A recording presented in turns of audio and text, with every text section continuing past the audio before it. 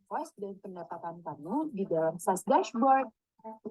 Buat media kit profesional dan bagikan rate card serta audiens demografikmu ke brand yang mengajak kerjasama. Track analytics dan pertumbuhan sosial media kamu dalam satu dashboard. Sign up sebagai creator di SaaS.id dan cobain sekarang.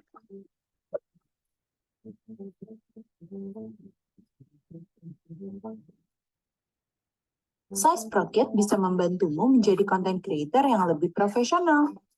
Fitur SaaS Pro-Kit diantaranya Invoice, Media Kit, Analytics, Digital Wallet.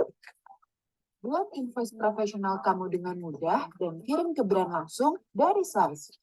Kamu juga bisa track invoice dan pendapatan kamu di dalam SaaS Dashboard. Buat media kit profesional dan bagikan rate card serta audiens demografikmu ke brand yang mengajak kerjasama. Track analytics dan pertumbuhan sosial media kamu dalam satu dashboard. Sign up sebagai creator di SaaS.id dan cobain sekarang.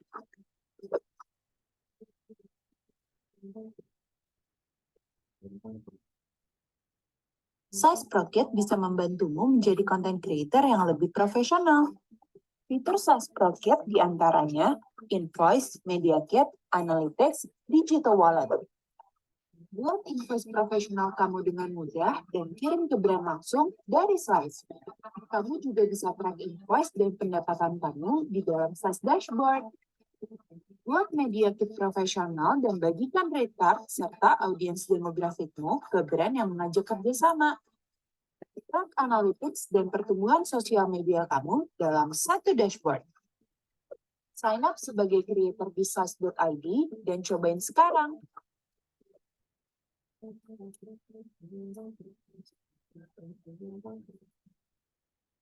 SaaS Pro-Kit bisa membantumu menjadi content creator yang lebih profesional. Fitur SaaS Pro-Kit diantaranya Invoice, Media Kit, Analytics, Digital Wallet.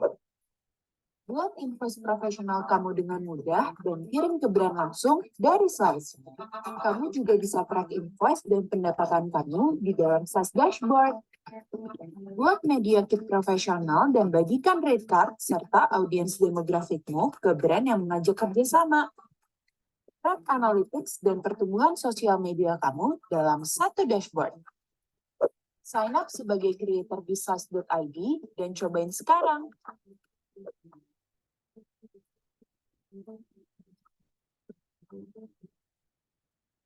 SaaS Pro-Kit bisa membantumu menjadi content creator yang lebih profesional. Fitur SaaS Pro-Kit diantaranya Invoice, Media Kit, Analytics, Digital Wallet. Buat invoice profesional kamu dengan mudah dan kirim ke brand langsung dari SaaS. Kamu juga bisa track invoice dan pendapatan kamu di dalam SaaS Dashboard. Buat media kit profesional dan bagikan rate card serta audiens demografikmu ke brand yang mengajak kerjasama. Track analytics dan pertumbuhan sosial media kamu dalam satu dashboard. Sign up sebagai creator di SaaS.id dan cobain sekarang.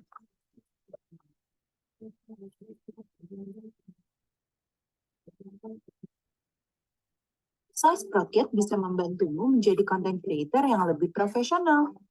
Fitur SaaS Pro-Kit diantaranya Invoice, Media Kit, Analytics, Digital Wallet. Buat invoice profesional kamu dengan mudah dan kirim ke brand langsung dari SaaS. Kamu juga bisa track invoice dan pendapatan kamu di dalam SaaS Dashboard. Buat media kit profesional dan bagikan rate card serta audiens demografikmu ke brand yang mengajak kerjasama. Track analytics dan pertumbuhan sosial media kamu dalam satu dashboard. Sign up sebagai creator di SaaS.id dan cobain sekarang.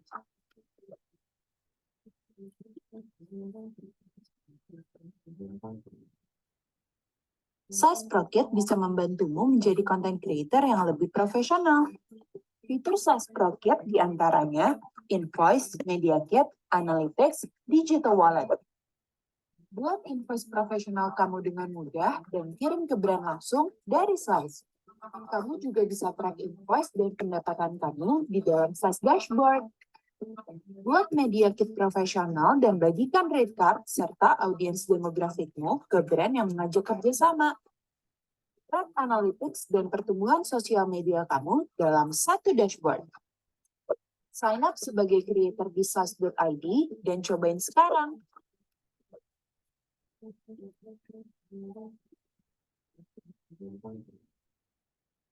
Size Pro-Kit bisa membantumu menjadi content creator yang lebih profesional. Fitur Size Pro-Kit diantaranya Invoice, Media Kit, Analytics, Digital Wallet. Buat invoice profesional kamu dengan mudah dan kirim ke brand langsung dari Size. Kamu juga bisa track invoice dan pendapatan kamu di dalam Size Dashboard. Buat media kit profesional dan bagikan rate card serta audiens demografikmu ke brand yang mengajak kerjasama. Track analytics dan pertumbuhan sosial media kamu dalam satu dashboard. Sign up sebagai creator di size.id dan cobain sekarang.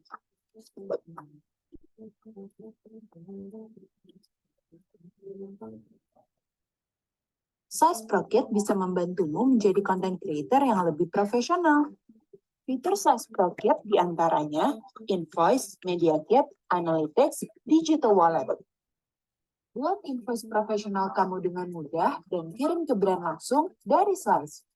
Kamu juga bisa track invoice dan pendapatan kamu di dalam Size Dashboard. Buat media kit profesional dan bagikan rate card serta audiens demografikmu ke brand yang mengajak kerjasama.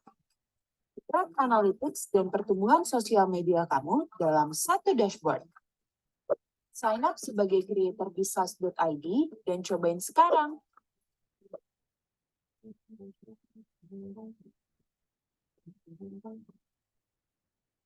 Size Pro-Kit bisa membantumu menjadi content creator yang lebih profesional. Fitur Size Pro-Kit diantaranya Invoice, Media Kit, Analytics, Digital Wallet. Buat invoice profesional kamu dengan mudah dan kirim ke brand langsung dari Size. Kamu juga bisa track invoice dan pendapatan kamu di dalam Size Dashboard. Buat media kit profesional dan bagikan rate card serta audiens demografikmu ke brand yang mengajak kerjasama. Track analytics dan pertumbuhan sosial media kamu dalam satu dashboard. Sign up sebagai creator di size.id dan cobain sekarang.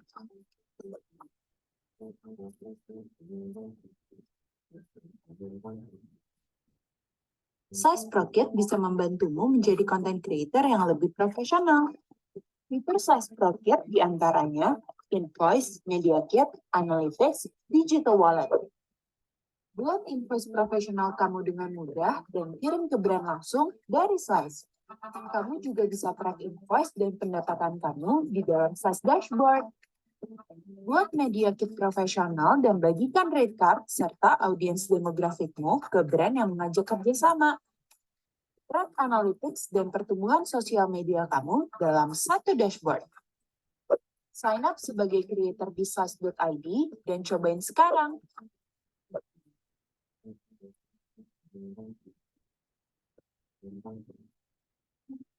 Size Pro-Kit bisa membantumu menjadi content creator yang lebih profesional.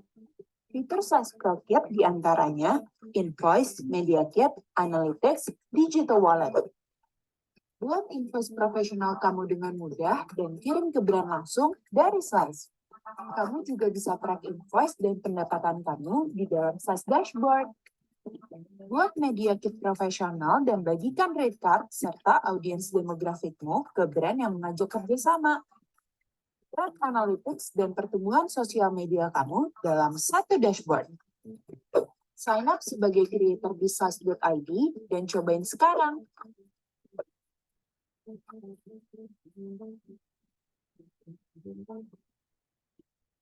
Size Pro-Kit bisa membantumu menjadi content creator yang lebih profesional. Fitur Size Pro-Kit diantaranya Invoice, Media Kit, Analytics, Digital Wallet. Buat invoice profesional kamu dengan mudah dan kirim ke brand langsung dari Size. Kamu juga bisa track invoice dan pendapatan kamu di dalam Size Dashboard. Buat media kit profesional dan bagikan rate card serta audiens demografikmu ke brand yang mengajak kerjasama. Track analytics dan pertumbuhan sosial media kamu dalam satu dashboard. Sign up sebagai creator di size.id dan cobain sekarang.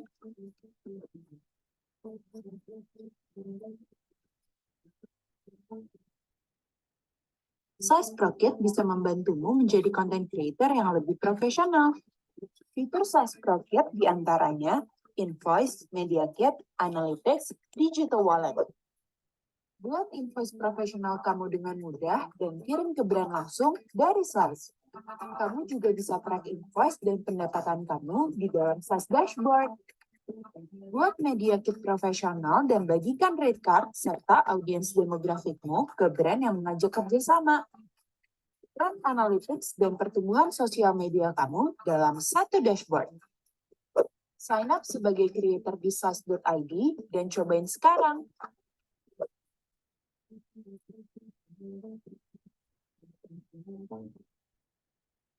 Size Pro-Kit bisa membantumu menjadi content creator yang lebih profesional. Fitur Size Pro-Kit diantaranya Invoice, Media Kit, Analytics, Digital Wallet. Buat invoice profesional kamu dengan mudah dan kirim ke brand langsung dari Size. Kamu juga bisa track invoice dan pendapatan kamu di dalam Size Dashboard. Buat media kit profesional dan bagikan rate card serta audiens demografikmu ke brand yang mengajak kerjasama. Track analytics dan pertumbuhan sosial media kamu dalam satu dashboard. Sign up sebagai creator di size.id dan cobain sekarang.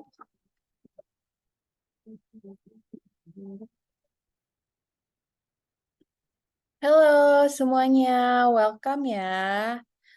Sebelumnya kenalin dulu, aku Dara dari Size dan di sini juga ada timku Dinda dan juga ada Nesha. Kita bertiga dari Size. Thank you banget untuk semuanya yang udah join hari ini. Nah, sebelum kita mulai, aku mau ada beberapa pengumuman dulu. Jadi, untuk webinar kita hari ini, kita akan ada absen dan linknya itu udah di-share sama Adinda di kolom chat.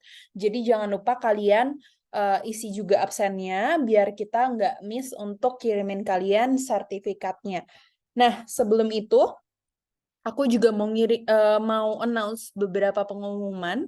Ini jadi di webinar kita kali ini itu akan ada giveaway. Untuk 3 orang beruntung akan mendapatkan profile review yang akan direview langsung oleh Kaniko. Jadi gimana sih cara dapetin giveaway-nya? Nah, kalian itu bisa langsung di sini baca ada syarat-syaratnya. Jadi untuk ikut giveaway, kalian wajib sign up as creator di size.id dan di situ juga aku udah taruh linknya untuk kita udah aku taruh linknya untuk tutorial sign up-nya. Terus untuk setelah itu, kalian juga bisa upload Instagram story. Kalian screenshot aja nanti waktu Kaniko udah mulai sesinya. Kalian bisa screenshot. Habis itu kalian kasih nih sedikit testimoni atau review tentang webinar kita hari ini. Kayak misalkan apakah webinarnya bikin kamu belajar hal-hal baru dan kamu mau sharing ke teman-teman kamu, itu kamu bisa banget share di social media kamu dan jangan lupa mention Instagram kita di @joinsize dan masukin juga link yang aku udah ketik tuh di bawah untuk ajak orang-orang sign up as creator di Size.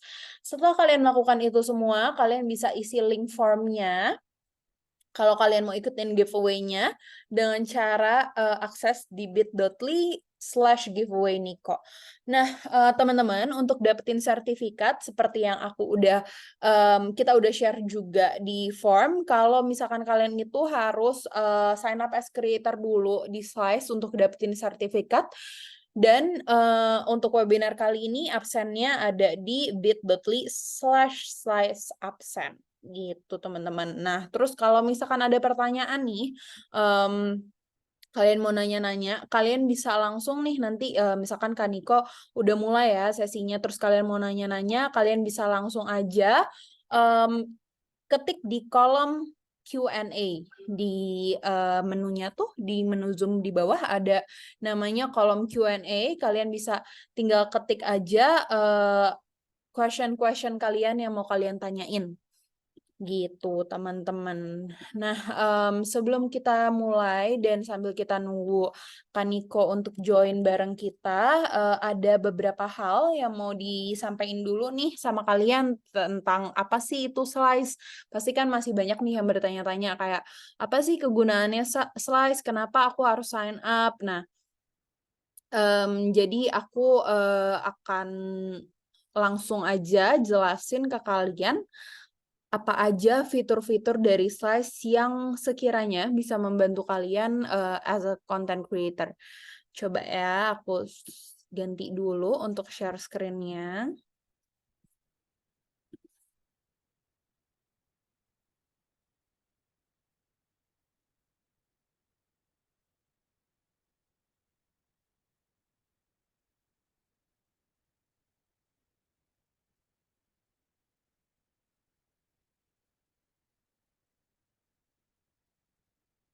Oke.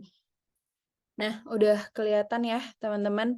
Nah, untuk sekarang kita mau dibantu Nesha untuk jelasin apa aja keuntungan-keuntungan yang bisa kalian dapetin atau gimana cara gunain Slice as a content creator. Oke, silakan Nesha. Oke, thank you Dara, thank you so much semuanya yang udah join di sini sambil nungguin Niko. Paling kita ngobrol sedikit ya tentang Slice itu apa. Nanti ini kan sekarang udah dibukain sama Dara nih demonya. Jadi Slice itu tuh ada apa aja sih di platform kita dan apa aja sih keuntungan buat kalian bisa sign up di sini gitu. Nah, pertama salam kenal dulu ya semuanya. Aku Nesa, CEO dari Slice.id. Di sini aku udah in a content creator industry for 10 years plus, I think, di agency especially. Jadi di sini kita bikin our vision itu sebenarnya untuk bikin tools-tools untuk membantu para creator untuk become more professional gitu. Nah, untuk demonya sendiri mungkin Dara bisa bantuin Dara soalnya internetku tidak berteman nih dengan aku kayaknya malam ini. Jadi probably better dari kamu aja karena dari tadi juga aku putus-putus terus. Ya biasa lah ya kalau koneksi Indo tuh kayak gitu. Oke, so thank you so much buat yang udah ada di sini sambil nunggu Niko sekalian. Dara bisa terangin apa aja yang ada di Slice. Oke, aku akan jelasin apa aja yang ada di Slice yang pasti berguna banget untuk kalian para content creator.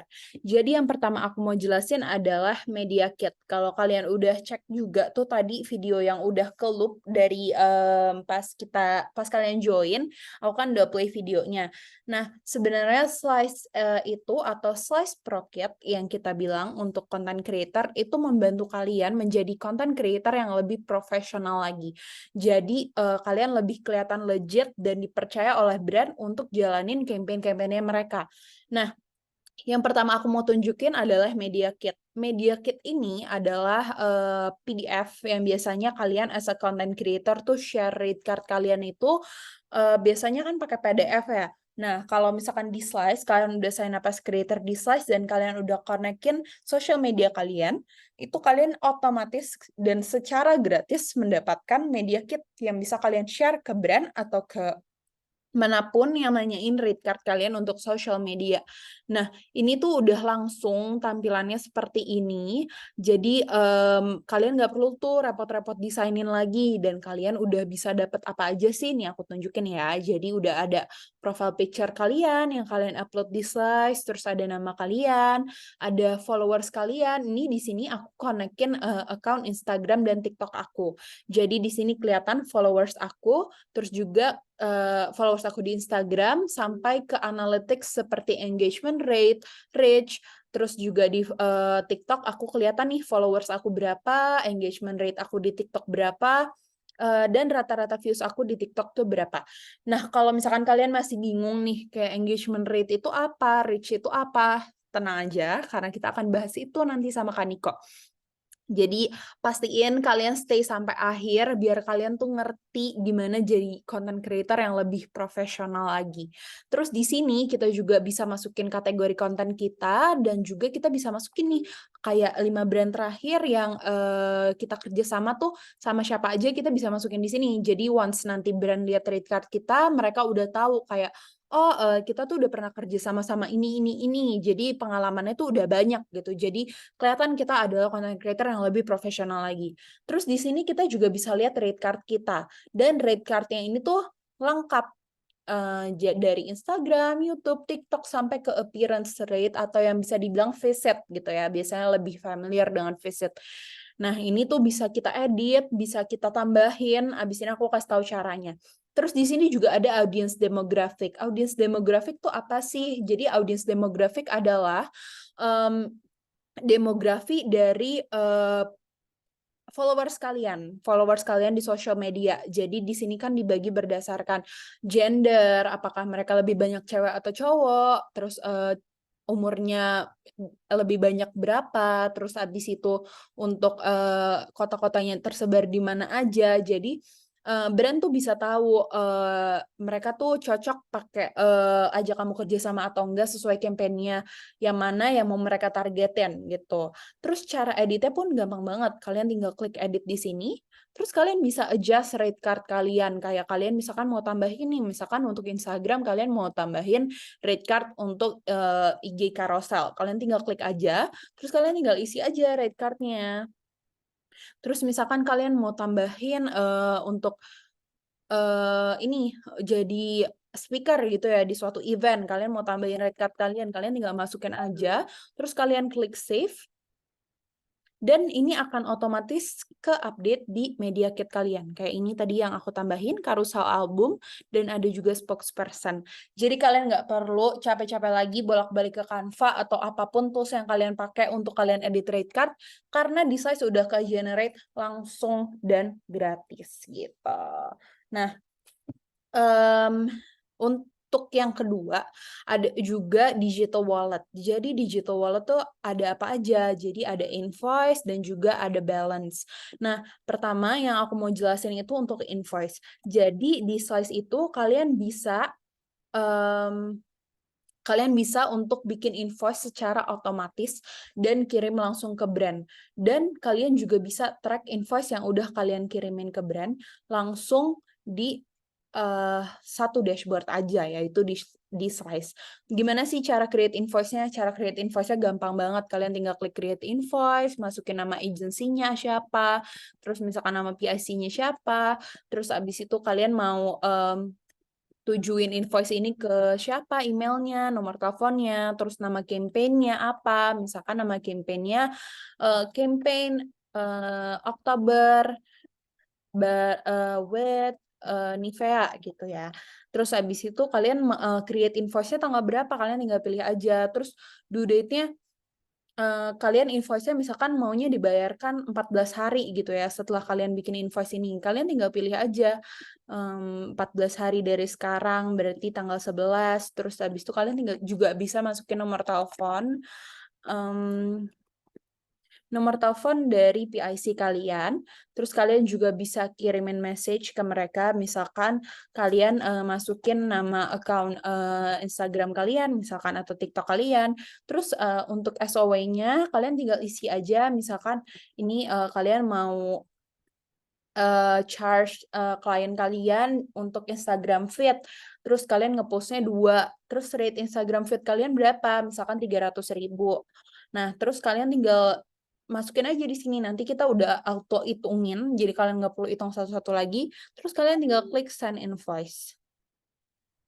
Setelah kalian send invoice, udah langsung kekirim tuh ke klien kalian. Terus kalian tinggal track aja di sini nih. Jadi kalian bisa buka invoice, terus kalian lihat kan di sini ada yang udah kebayar, ada yang udah expired, ada yang lagi waiting payment. Jadi kalian bisa tungguin aja dan lihat statusnya. Jadi kalian nggak perlu tuh kayak misalkan lupa udah kirim invoice kemana aja, kalian lupa gitu. Nah, kalau pakai Slice, kalian bisa track semua statusnya langsung di dashboard. Terus untuk balance, Jadi untuk setiap invoice yang kalian kirim lewat Slice itu akan masuk ke digital wallet kalian di Slice. Tapi tenang aja, nggak ada minimum balance yang bisa kalian pindah. Kalau misalkan kalian mau tarik uangnya gitu ya, jadi nggak ada minimum balance. Jadi mau uang kalian cuma 20.000 di digital wallet, kalian bisa langsung pindahin ke bank dan nggak pakai lama. Kita udah cobain sendiri, itu cuman butuh beberapa detik doang, nggak jadi intinya langsung kekirim ke bank account kalian gitu. Dan kalian bisa track juga untuk apakah invoice yang kalian kirimin udah masuk atau belum. Di sini akan ada semua nih untuk trackingnya. Terus kalian juga bisa nih lihat analytics kalian semuanya dalam satu dashboard aja. Jadi misalkan kalian mau lihat analytics Instagram kalian, profilnya kayak gimana, dan di sini ada matriks-matriksnya. Kalau misalkan kalian masih bingung, tenang aja, karena bentar lagi kita akan mulai sesinya bareng Kaniko, dan Kaniko akan langsung jelasin analytics-nya tuh apa aja dan kenapa itu penting dan kenapa itu harus dicek gitu ya. Terus kalau misalkan di Slice, kalian bisa langsung lihat nih analytics-nya untuk semua profil kalian dalam satu dashboard aja. Jadi mau lihat TikTok mau lihat TikTok, mau lihat Instagram, Instagramnya carousel atau Instagram post, kalian bisa lihat langsung di sini. Gitu teman-teman. Nah, itu aja mungkin yang bisa aku sharing ke kalian untuk apa itu Slice dan gimana cara gunainnya.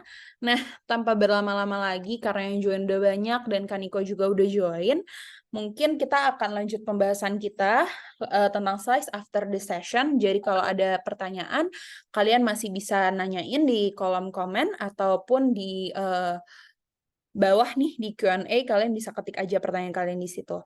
Nah, sekarang kita mau langsung join session kita bareng Kaniko. Kaniko udah ready?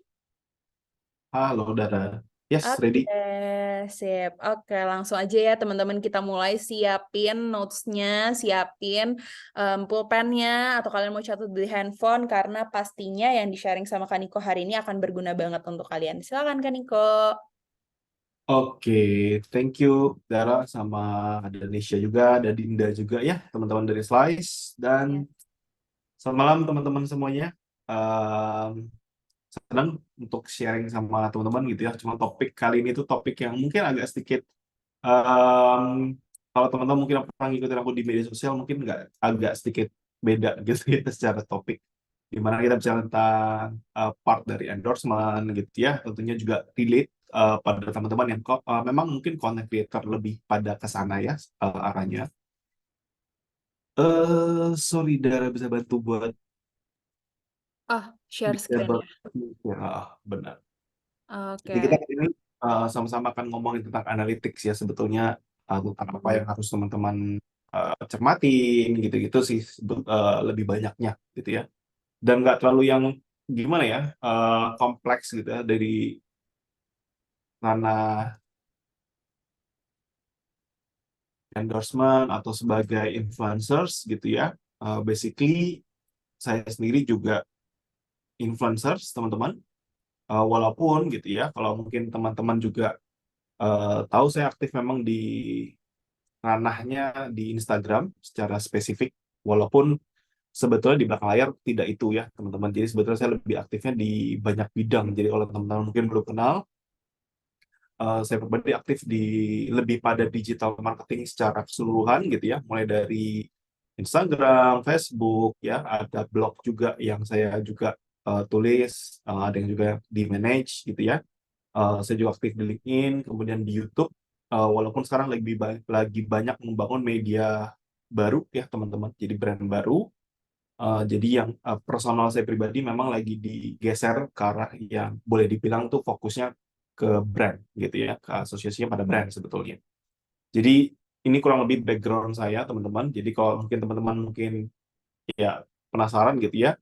Jadi saya juga sekali lagi content creator, walaupun saya pribadi apakah ngendorse teman-teman? Jawabannya saya ngendorse, tapi ngendorsean saya itu free, gratisan gitu ya. Jadi saya biasanya nggak minta rate tertentu biasanya.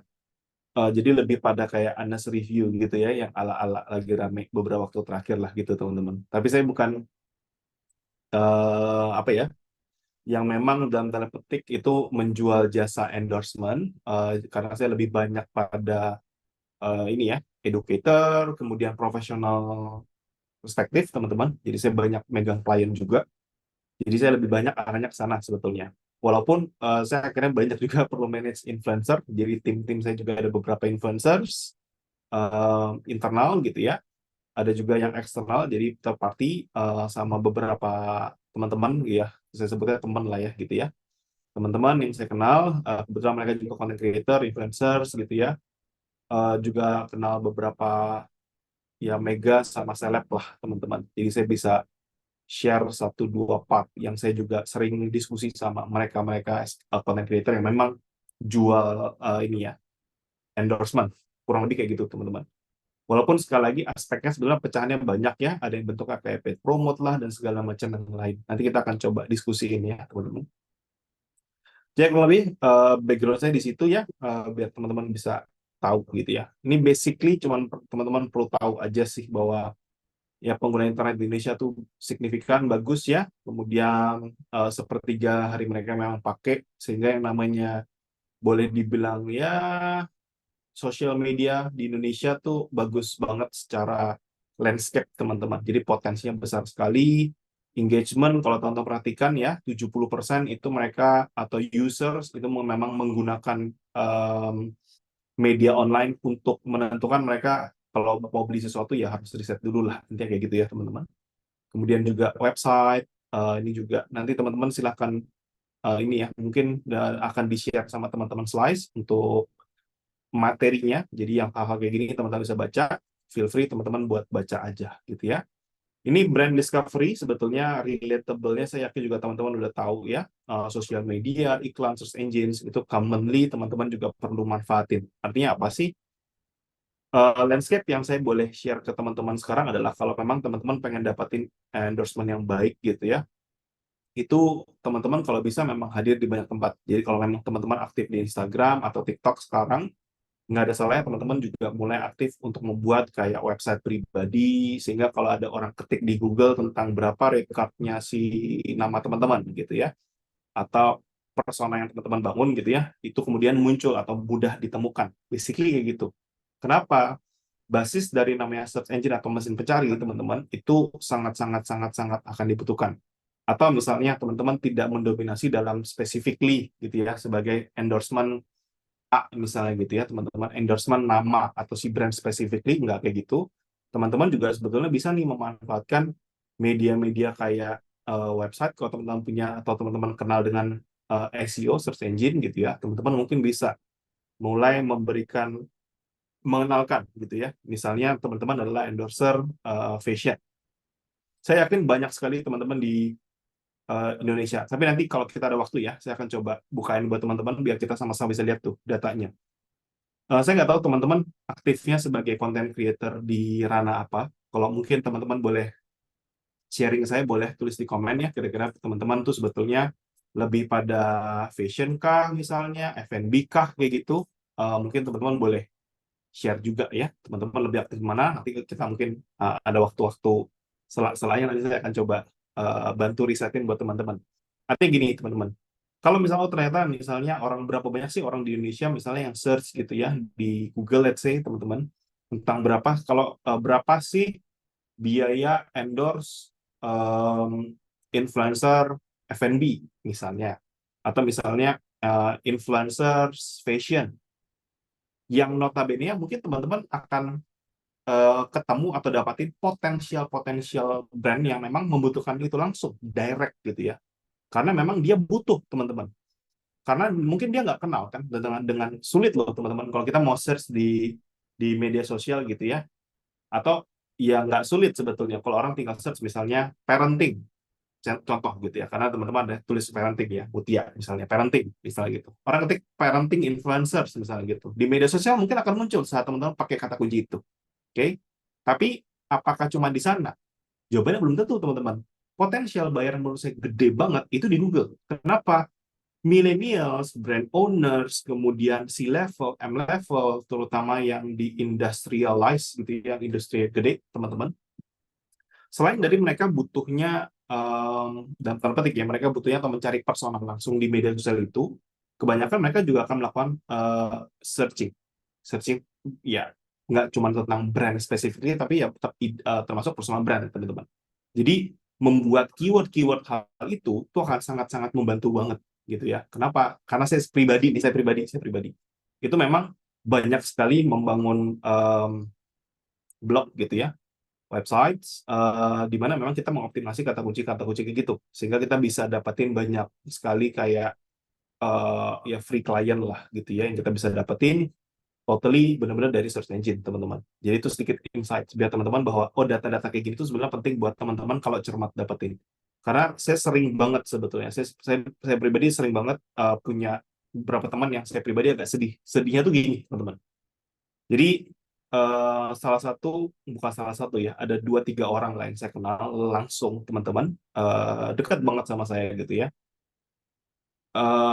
Datang ke saya, selalu ngontak ke saya itu misalnya gini, Ko Niko gimana kabarnya? Ya baik lah, kayak gitu ya, namanya begitu, ngajak-ngajak ngumpul dan segala macam. Pas satu kali juga kita datang pas ngumpul kayak gitu, challenge-nya adalah dia kesulitan untuk dapatin endorsan, dalam tanda petik, teman-teman. Jadi job endorsan itu nggak banyak. Walaupun saya tahu bahwa banyak itu relatif ya, teman-teman. Banyak masing-masing orang itu beda, teman-teman. Saya tahu bahwa menurut saya di endorsan yang dia punya tuh banyak loh, menurut saya pribadi gitu ya. Tapi dalam case dia ternyata kurang, teman-teman. Terlepas dari artinya tuh kayaknya dia memang karena dalam tanda petik hidupnya memang di sana, specifically dari endorsan gitu ya, dari jasa buat konten, visit gitu ya, review dan lain-lain. Penghasilannya berkurang lah intinya gitu, teman-teman. Sehingga sering banget gitu ya, saya tuh ditanyain bahwa ada nggak nih teman-teman yang butuh job gitu ya, saya bisa bantu dan segala macam lainnya gitu, teman-teman.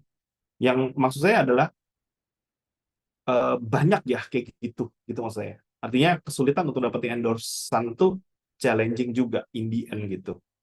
Ini yang saya pengen bagiin buat teman-teman bahwa menurut saya gitu ya, sebagai influencer kadang-kadang kita juga butuh paham bahwa aspek bisnis yang teman-teman juga perlu miliki, minimal teman-teman punya wawasan itu, agar saat kita ketemu dengan klien gitu ya, dengan orang yang endorse atau brand atau business owner gitu ya, mereka bisa juga sekaligus kita edukasi, teman-teman. Fungsi utamanya adalah agar kita bisa dapetin repeat order lah, simpelnya gitu ya, teman-teman. Bahwa kita tahu bahwa saat kita endorse 1-2 kali mungkin belum akan bisa resonate dengan audiensnya kita, mungkin butuh 2-3 kali. Yang itu harus teman-teman ketahui polanya teman-teman kayak gimana, result yang teman-teman bisa deliver seperti apa, angle yang teman-teman bawa seperti apa. Jadi lebih pada result. Karena saya yakin teman-teman, sebetulnya namanya influencer, termasuk saya ya, yang manage banyak banget brand, kita sering banget pakai influencers yang memang terbukti ngasilin buat kita. Jadi simple, karena itu pasti win-win solution, teman-teman. Saat kita memang pakai jasa seorang influencer, kemudian si influencer menghasilkan uang buat kita, responnya bagus banget, both side ya, artinya mungkin di followers bagus, kemudian juga si brand akan mengiklankan si konten dari influencer itu, kemudian juga responnya bagus banget, ya pasti si brand akan order lagi konten-konten itu ke dia.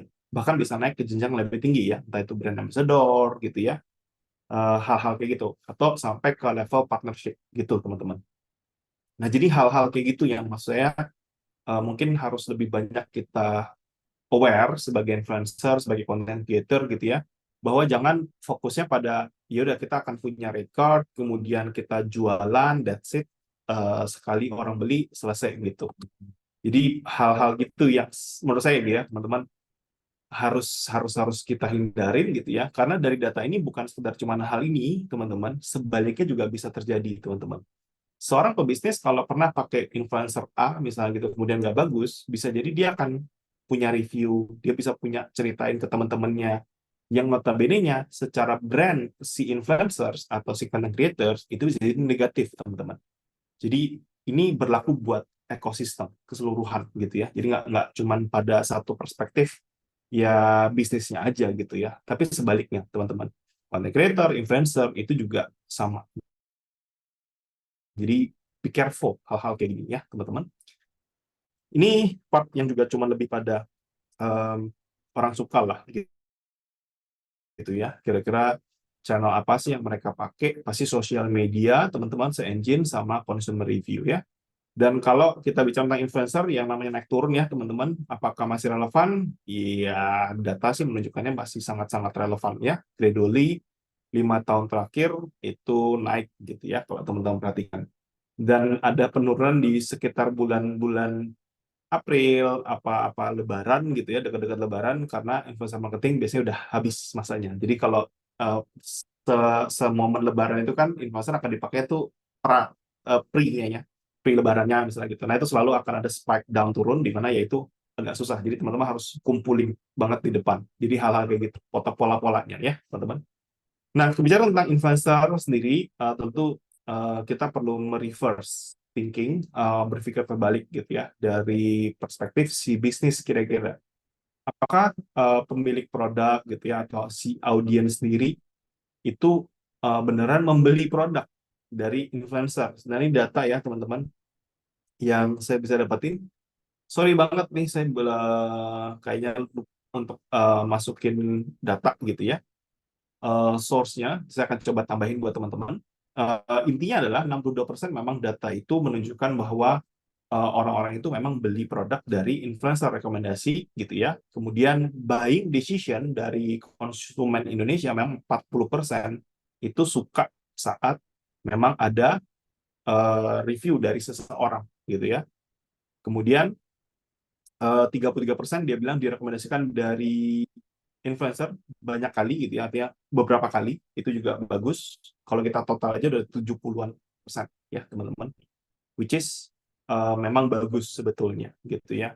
Jadi hal-hal kayak gini tentunya memvalidasi lah gitu ya, bahwa memang influencer marketing itu works teman-teman.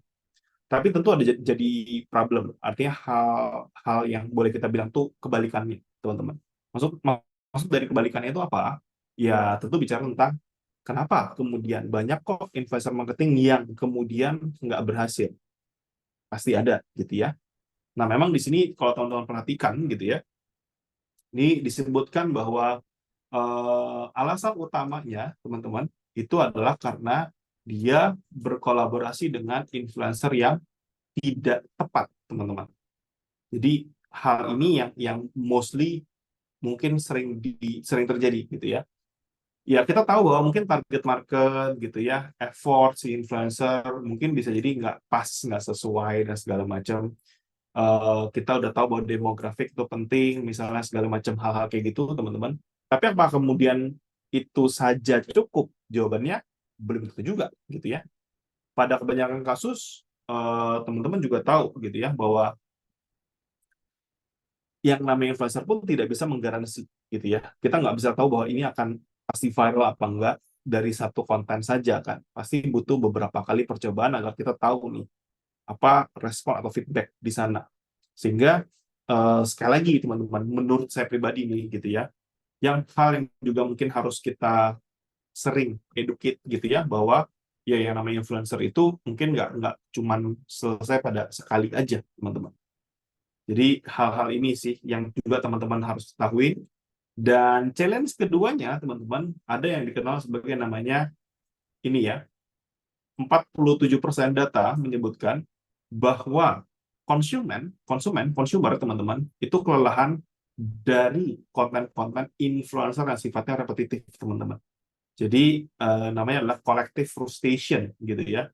Jadi saat teman-teman bahwa dibully bahkan disebut sebagai insta repeat gitu ya, di mana kayaknya konten yang sama tuh berulang-ulang muncul terus pada seseorang. Itu juga hal yang apa ya? Hal yang harus teman-teman cermatin gitu ya, bahwa ya kadang kalau si influencer itu sering nongol terus ya bosan juga. Mungkin ini udah tidak terjadi lagi pada market Indonesia. Sempat terjadi waktu saya perhatiin dan diskusi dengan beberapa teman-teman berbisnis di awal-awal tahun 2023 kemarin, teman-teman. Di mana maksudnya adalah si artis itu pokoknya isinya endorse lah semuanya gitu. Oke? Jadi hal-hal kayak gitu. Sehingga yang namanya fatigue pada si influencer tertentu itu bisa muncul. Tapi nggak selalu terjadi juga, karena salah satu teman saya juga, salah satu food reviewers ya, bukan food reviewers yang gitu ya, sebetulnya kayaknya dia foto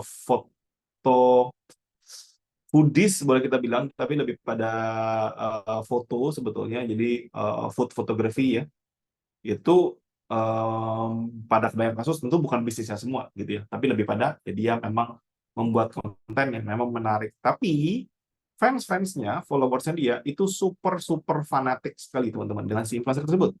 Sehingga menurut saya sangat menarik sekali insight-insight kayak gitu kalau memang teman-teman bisa membangun yang namanya fans-fans fanatik di mana orang seneng banget gitu ya dengan konten-konten si orang itu.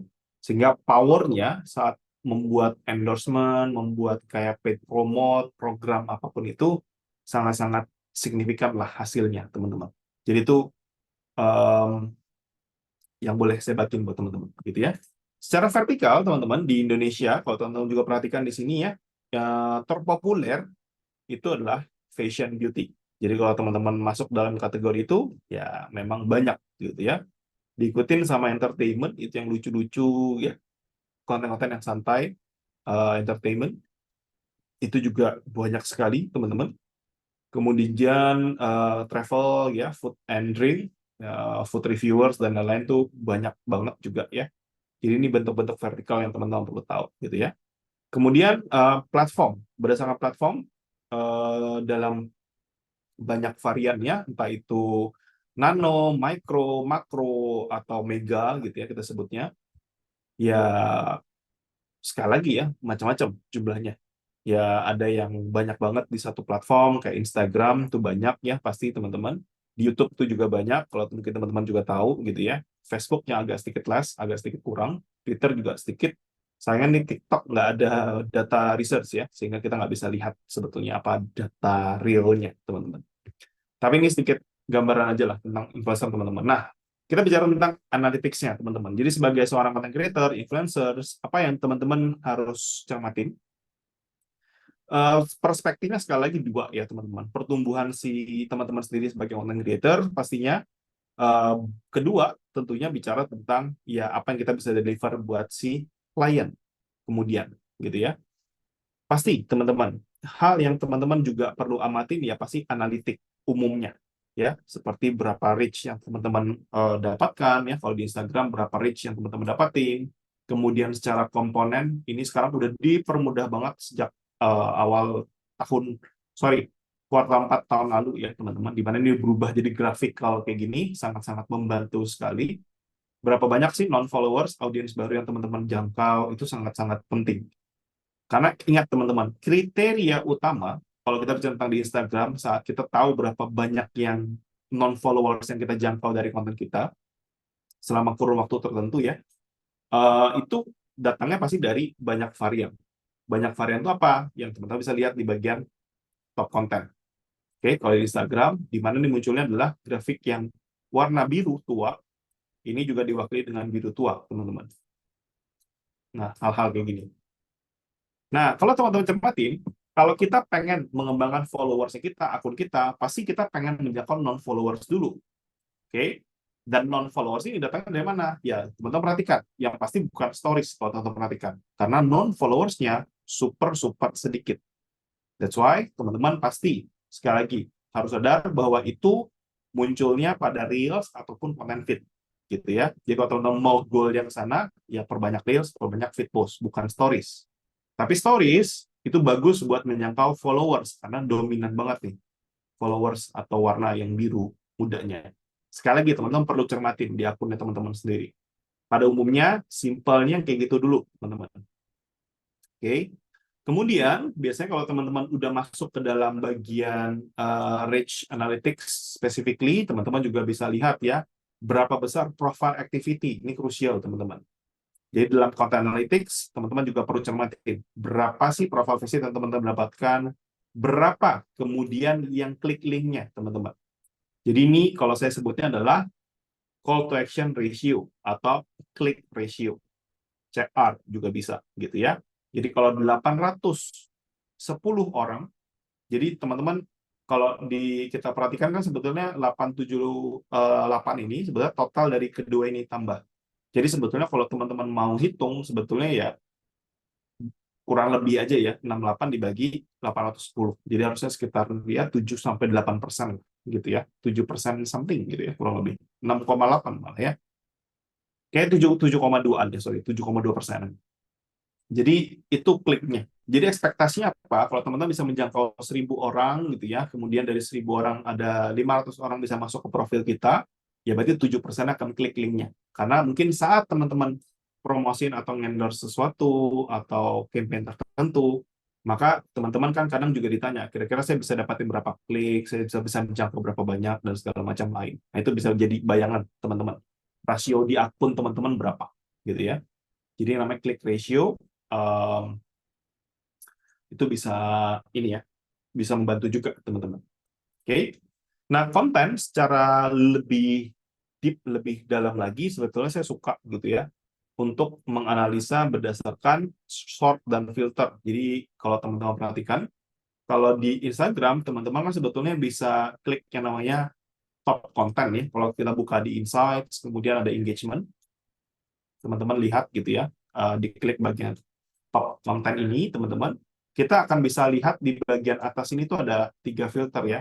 Kalau kita klik yang all, maka akan muncul namanya sort filter berdasarkan, ini tuh sort filter berdasarkan metrik ya. Salah ya. Yang ini ya. All itu yang ini memunculkan namanya content type, teman-teman. Mana yang teman-teman mau analisa dulu? Kalau teman-teman pilih post, feed berarti ya, entah itu carousel, entah itu foto, teman-teman analisanya pakai feed post. Kalau teman-teman banyaknya pakai video reels, ya maka pilihnya reels, teman-teman. Karena dua ini itu akan tentu punya metric base yang berbeda. Maksud base yang berbeda itu apa? Nah, kayak gini, teman-teman. Jadi untuk yang kontennya sifatnya adalah feed post, teman-teman, metrik ini kepake. Jadi ada banyak sekali varian. Tapi yang paling sering dipakai sama saya pribadi, kalau teman-teman sedang cari followers, ya teman-teman cari yang berdasarkan follow. Ini yang krusial, gitu ya. Kenapa? Karena teman-teman perlu tahu, mana sih konten yang paling banyak mendatangkan followers buat kita. Jadi teman-teman klik berdasarkan follow, nanti postingan ini akan berubah urutan-urutannya. Teman-teman perhatikan, mana yang paling bagus, gitu ya. Kemudian biasanya kalau teman-teman mau lihat secara performance, yang lain berdasarkan reach. Ini saya suka juga. Saya nggak suka pakai impression, teman-teman. Kenapa? Impression itu buat saya sih bukan metrik utama, ya. Kenapa? Karena impression itu kan jumlah kali munculnya. Belum tentu itu akan positif hitungannya gitu ya, 1:1 dengan jumlah orang yang kita jangkau. Sebetulnya yang saya suka sebagai business owner, misalnya gitu ya, saya lebih suka metric reach. Jadi kalau teman-teman sebagai content creator, harusnya lebih aware dengan reach-nya, rather di impression. Jadi buat content creator atau influencer, biasanya fokusnya pada followers, data, metric, kemudian reach, data, metric gitu ya. Kalau teman-teman mau cari sekali lagi, kalau saya biasanya juga lebih suka yang shares sama save, tiga ini. Save itu kalau teman-teman memang lagi ngejar mana sih konten-konten yang paling banyak disukain sama orang, mana yang di-save sama orang, termasuk mana yang di-share gitu ya. Basically sesimpel itu, teman-teman. Nah, kalau Reels, teman-teman, itu bentuknya cuma metrik ini ya. Jadi nggak banyak. Jadi teman-teman cuma bisa melihat berdasarkan place harusnya ya. Jadi sebenarnya place ini kayaknya salah masukin ya. Harusnya di bagian sini ya. Jadi selain dari account engage sama account reach, teman-teman, kalau Reels itu ada Reels interaction. Sayangnya cuman itu yang bisa kita lihat, teman-teman, per sekarang. Jadi kita nggak bisa dapetin data yang lebih signifikan lagi sebetulnya dari hal-hal itu ya. Jadi ya commonly sebetulnya kita memang harus fokus sama beberapa metrik-metrik ini dulu aja. Tapi saya mau kasih tahu teman-teman, saya ngajarin teman-teman gitu ya, untuk melihat tingkat kesehatan dari akun teman-teman sendiri. Kan itu menurut saya krusial banget, terutama buat si content creator atau influencers. Yang kita sebut sebagai namanya reach rate, teman-teman. Sayangnya ini nggak ada di dalam data metrik-metrik manapun di dalam Instagram ataupun di TikTok sekalipun gitu ya. Jadi teman-teman harus benar-benar ngikutin part ini. Dan saya sorry banget nih sebetulnya, teman-teman, kalau teman-teman mungkin agak bermasalah dengan ngitung. Gitu ya. Tapi saya harus ngajar ini. Maksudnya apa? Karena memang ini krusial ya, teman-teman. Jadi saya harus ngajarin teman-teman cara ngitungnya. Jadi yang namanya reach rate, teman-teman, itu adalah persentase followers yang melihat konten kita secara real, gitu ya. Kenapa ini penting? Karena gini teman-teman, kan suka tidak suka yang namanya kita sebagai content creator yang membuat konten pada platform apapun itu tidak bisa mengontrol apakah postingan kita menjangkau semua followers kita. Nggak bisa, teman-teman. Iya, sehingga kita harus tahu yang namanya rasio. Rasio itu diwakili dengan persentase, teman-teman. Nah, ini yang harus teman-teman cermati. Ya. Nah, ini yang saya mau ajarin teman-teman. Rumusnya sebetulnya gampang. Jumlah reach dibagi dengan followers. That's it, teman-teman. Sesimpel itu. Nah, contohnya gimana gitu ya. Jadi contoh, saya punya account, ini satu account saya ya. Katakan followersnya di 238.000, teman-teman. Kemudian saya ada 2 postingan yang saya ambil contoh. Postingan pertama, 1 kali 24 jam, teman-teman, menjangkau 18.000 orang. Oke. Jadi reach ini adalah jumlah orang yang dijangkau. Jadi jumlah orang. Impression ini bicara tentang berapa kali postingan kita dilihat, teman-teman. Nah, impression atau impresi, teman-teman, bahasa Indonesia-nya, reach itu jangkauan. Pasti impresi itu lebih dari reach, selalu, teman-teman. Kenapa? Kalau teman-teman perhatikan di sini, 23.000 impresi, ada 18.000 reach. Artinya apa? Dari 18.000 orang, teman-teman, ada yang lihat beberapa kali, ada yang lebih lihat dari, ada 18.000 orang itu ada yang lihat lebih dari sekali, gitu ya. Misalnya di sini berarti selisihnya kan sekitar 5.000. Berarti dari 18.000, teman-teman, 18.000 orang yang dijangkau, ada 5.000 orang yang lihat 2 kali. Sehingga impresinya 23.000. Oke. Jadi itu beda antara reach dengan impression, teman-teman. Jadi bedanya di situ. Karena bisa jadi kan ini ya, orang yang lihat di home Instagram kita mungkin juga lihat di hashtag. Mungkin juga dia mengunjungi profil kita. Dia lihat postingan itu lagi, dihitung. Gitu, teman-teman. Jadi ada beberapa yang kita sebut namanya overlap, teman-teman. Jadi itu sedikit pemahaman beda antara reach dengan impression. Tapi rumusnya reach rate sekali lagi adalah reach-nya saja. Berarti cara ngitungnya adalah 18.449 dibagi dengan jumlah follower saya 238.000 dikali 100. Ketemunya adalah 7,7%, teman-teman. Jadi postingan ini reach-nya 7,7. Postingan yang berikutnya ini menjangkau reels, ini reels menjangkaunya 11.000. Walaupun secara place bisa jadi kurang misalnya, karena place yang dihitung itu harus lebih dari 3 detik. Jadi kalau cuma 2 detik, ya nggak dihitung sebagai place, teman-teman. Jadi kalau reels tidak ditonton lebih dari 3 detik, namanya 3 second playback, maka ya nggak muncul dia, nggak nambah data, gitu ya. Tapi sama ngitungnya ya, 11.300 dibagi followers kita kali persentase, berarti 4,7. Jadi teman-teman, saya sendiri bisa tahu bahwa, oh kalau misalnya saya posting dengan Reels di akun saya, ekspektasinya yang nggak jauh-jauh dari 4-5% gitu, jangkauannya. Sebaliknya, kalau saya posting pakai foto atau pakai carousel, oh ya bisa ekspektasinya sekitar 7-8%, kayak gitu teman-teman. Dalam 1 kali 24 jam, gitu ya. Nah, beda skala followers, teman-teman, berbeda juga performansinya. Nah, saya kasih contoh lagi di akun saya yang lain, followersnya nggak banyak, 5.000, teman-teman. Ya, 2.000 reach-nya, berarti 2.000 dibagi 5.000. Wah, ini banyak ya, 51%. Ini buat saya sih anomali ya, jadi kontennya kebetulan aja bagus, ini gitu, teman-teman. Yang normal, itu mungkin di 200 misalnya. Tapi 200, teman-teman, dibagi 5.000 followersnya, kali 100 ketemunya 4%. Nah, ini contoh konten-konten yang tidak menarik. Ini konten yang menarik, gitu. Jadi, cara memperbesar reach rate, sekali lagi teman-teman, adalah teman-teman harus paham mana sih konten yang bagus, mana konten yang tidak bagus, mana konten yang di antara ini, teman-teman. Mana yang sedang, gitu ya. Oh, kalau waktu aku bahas tentang misalnya kalau aku lagi review makanan, ternyata bagus. Kalau makanannya di outdoor, atau makanannya di indoor, makanannya restoran, makanannya street food, bagus apa nggak bagus? Nah, itu teman-teman yang bisa tahu sendiri. Oh, kalau misalnya aku pakai fashion dengan background lebih feminim, itu lebih bagus. Pakai warna pastel lebih bagus. Warna bold lebih bagus. Backgroundnya putih lebih bagus apa enggak? Backgroundnya gelap lebih bagus apa enggak? Kayak gitu, teman-teman. Jadi itu yang harus teman-teman cermati, gitu ya. Kenapa? Sekali lagi teman-teman harus pahami polanya. Sehingga saat teman-teman nanti ya buat konten, termasuk teman-teman buat konten endorse, teman-teman paham nih. Oh, yang paling bagus buat akunku, yang lebih bagus buat audiensku, agar jangkauannya maksimal tuh pakai yang kayak gini nih jenisnya. Jadi hal itu ya yang saya pengen teman-teman tahu lah minimal gitu ya. Nah, standar teman-teman berdasarkan size dari account gitu ya. Kalau story sama post feed itu juga beda secara jangkauan ya. Story pasti lebih rendah jauh dibandingkan feed post, teman-teman.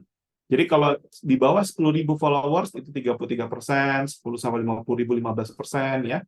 Kemudian 50 sampai 100.000 12%, 100.000 ke atas 19%, di atas itu 8%. Sekali lagi, ini whole world ya sayangnya. Penelitiannya bukan cuma spesifik Indonesia doang, teman-teman. Jadi boleh dijadikan patokan ya. Terus sedikit tentang yang data Instagram, teman-teman.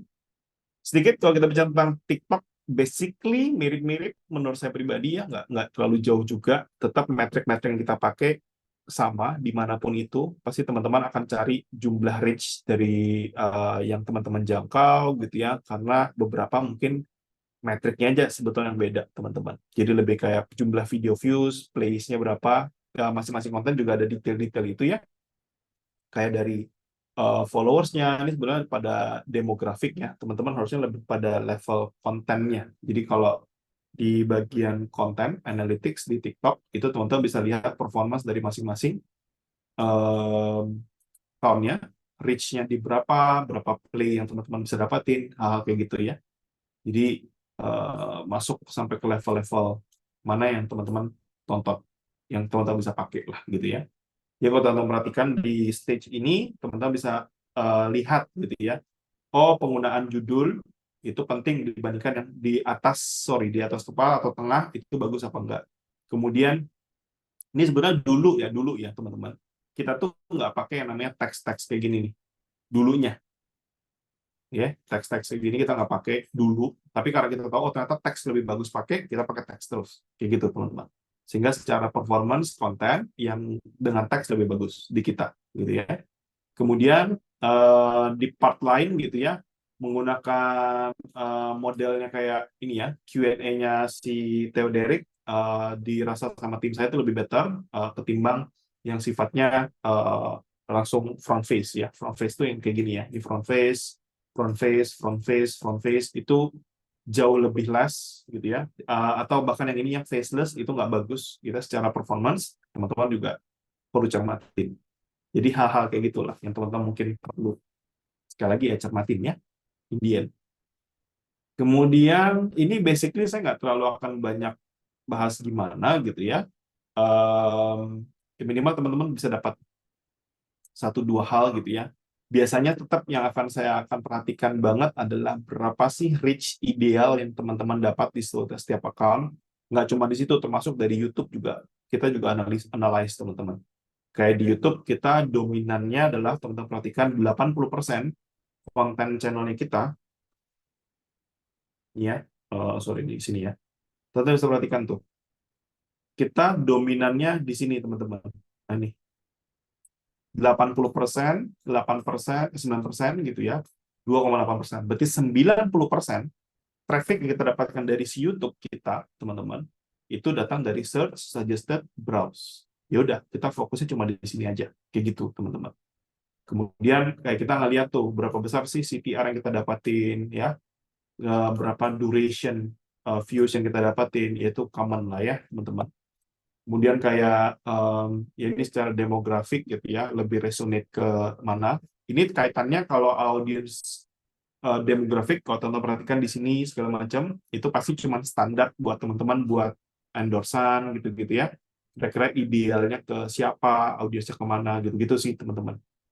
Tapi kalau lebih pada demografik sih levelnya gitu. Tapi kalau buat level konten, ya tentu teman-teman ya lebih ngamatin di level bagian kontennya ya. Jadi kayak gini kan lihat level kontennya gitu ya. New viewers-nya di sini teman-teman lihat secara dominan lebih banyak karena memang 80% konten kita itu datang dari search gitu ya, dari pencarian. kemudian yang menjadi subscriber, seberapa kontribusi masing-masing konten, dan itu yang kita ya boleh dibilang kita analyze ya, kita analisa terus teman-teman. Nah jadi eh, intinya adalah buat saya pribadi teman-teman, kalau setiap episode karena dia punya karakteristiknya masing-masing sebetulnya, saya baginya sebenarnya dalam dua bagian aja sih. YouTube itu berbeda dari semua media sosial lainnya kayak Facebook, Instagram, Twitter, LinkedIn, TikTok. Itu 5 satu kategori karena basisnya adalah distribusi konten biasa tanpa ada optimasi kata kunci, teman-teman. Jadi ya walaupun kita tahu si TikTok kayak Instagram itu udah ada kata kunci ya sebetulnya, tapi tidak se-major kayak di YouTube, teman-teman. Jadi ya lebih pada something yang cepat, produksinya teman-teman harus cepat, karena secara volume teman-teman bisa buat lebih banyak, ya maka akan dapat hasil yang lebih better gitu ya. Kalau di YouTube enggak, teman-teman. Karena kalau di YouTube itu teman-teman benar-benar harus mempersiapkan konten itu agar dia memang bisa lama lah gitu ya umurnya, sehingga pencariannya makin baik ke depannya, teman-teman. Karena konten channel ini itu ya lama kita bangun sekitar 2 tahun, ya nggak lama juga sih, 2 tahun lah ya. Ada di level kurang lebih 29.000 subscriber lah, teman-teman. 80% taunya cuma dari search, jadi dia nggak kenal dengan influencer siapapun di tim saya. Jadi benar-benar ya kita ketemu pengen mencoba apakah account brand tanpa ada personal yang touch di dalam situ kemudian bisa membantu. Jawabannya sebetulnya bisa sih, selama kita bisa offering value, tapi harus konsisten dan nggak bisa pendek lah gitu ya secara durasi, teman-teman. Kurang lebih seperti itu, teman-teman. Hopefully teman-teman bisa dapat 1-2 hal lah ya dari metrik-metrik yang tadi saya bagiin. Kemudian saya juga sempat cobain slice gitu ya, tentang aplikasi itu, karena itu bulan saya suka juga untuk reviewin aplikasi-aplikasi teknologi baru ya, teman-teman. Menurut saya pribadi bagus banget karena Media Kit itu membantu banget gitu ya. Terlepas dari sekali lagi rate yang di sini tuh, yang di sini tuh, sorry, yang di sini itu saya cuma iseng-iseng isi aja ya. Jadi saya coba ngisinya cuma Instagram sama YouTube, karena itu saya bisa linkkan gitu ya. Jadi ini bohongan ya, ini bukan real, bukan punya saya gitu ya teman-teman. Jadi bukan rate saya pribadi. Jadi saya cuma isi sembarangan aja sebetulnya. Jadi bukan jadi patokan buat teman-teman gitu ya. Hal yang teman-teman yang saya suka adalah sebenarnya di bagian analitik yang kita bisa jadi pakai buat presentasi. Saya nggak tahu sih, kayaknya Dara tadi udah sempat juga ngasih lihat beberapa contoh gitu ya. Tapi sebelum saya bicara jauh tentang analytics atau feature dari slice, sebetulnya yang saya mau bilang buat teman-teman adalah eh,